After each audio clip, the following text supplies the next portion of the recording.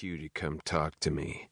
Trip, she slithered, stepping a little too close. I can't believe you're really moving. This city won't be the same without you. Yeah, I shot back. Thanks. But I think Indy will be exactly the same as it ever was, whether I'm here or not. I hope you'll still remember me after you leave. My lips curl into a lethal grin. Now how could I ever forget the one and only Heidi Brennerman? I'm Greta. Shit. That's what I meant. She stood there scolding me with her eyes, so I quickly added, I was only trying to say that I'll remember your sister and you. Especially you, Greta.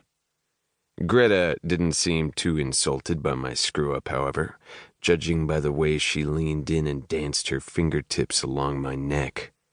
Her graduation presents pressed against my arm as she stood on her tiptoes and whispered in my ear.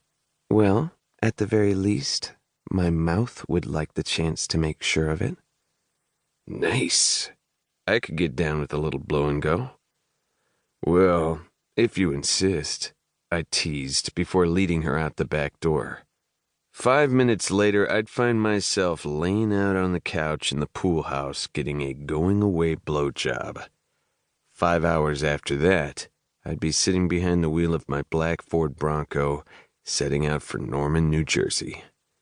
My new home. Chapter 1. Come see the paradise. New Jersey. Jesus Christ, it was the last place in the world I thought I'd end up.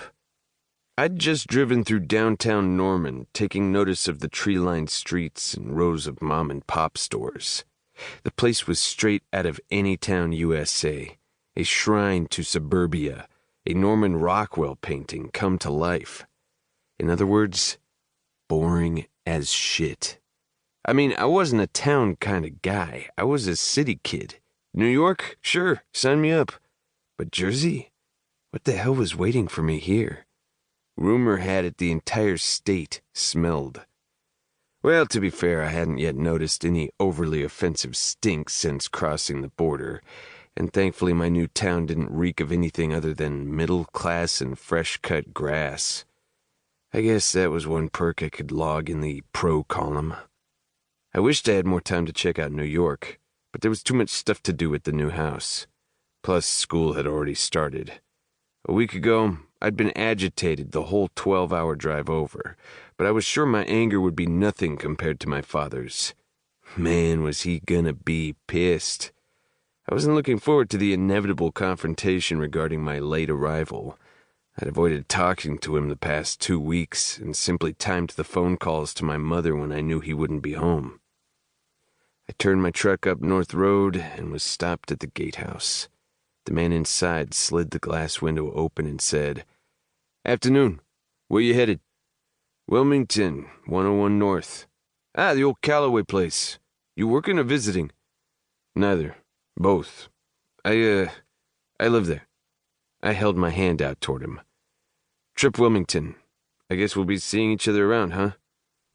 His expression turned amused as he shook my hand. I'm Peter Clark, but everyone up here in the hills calls me Big Pete. Nice to meet you. He reclaimed his hand and added, But I'm still going to have to call up to your house and confirm that you are who you say you are. I couldn't help but chuckle. It wasn't 30 seconds before Pete hung up with my mother and opened the gate. Welcome to the neighborhood, Trip. See you around. Sure thing, Pete. I gave him a salute and wove my truck up the long, winding road, peeking at the massive houses visible through the trees. All the homes in Norman Hills were apparently built with seclusion in mind. I hadn't been able to get a clear line of sight at too many of them while driving, but I was sure that even on foot the entire neighborhood would be obscured by the woods. Our house was at the very top of the street.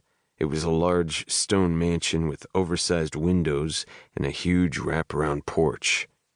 I reluctantly admitted that it was really nice. I hopped out of my truck and gave a knock on the front door before trying the handle, finding it unlocked. Honey, I'm home, I joked, stepping into the foyer. Mom's voice echoed throughout the house.